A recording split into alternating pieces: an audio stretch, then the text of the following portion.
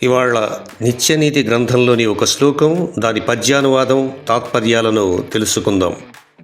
నచ రాత్రౌ సుఖం శేతే ససర్ప ఇవ వేశ్మని యః కోపయతి నిర్దోషం సదోషోభ్యంతరం జనం.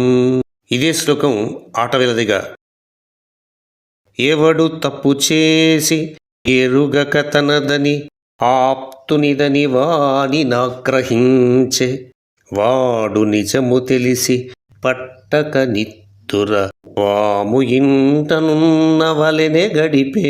తాను తప్పు చేసి తనదని తెలియక ఆత్మీయుడు చేశాడనుకుని వాడిపై కోపిస్తే, పాము ఇంట్లో ఉన్నప్పటి రాత్రిలాగానే వాడికి నిజం తెలిస్తే ఆ రాత్రి నిద్ర పట్టదు. ధన్యవాదాలు.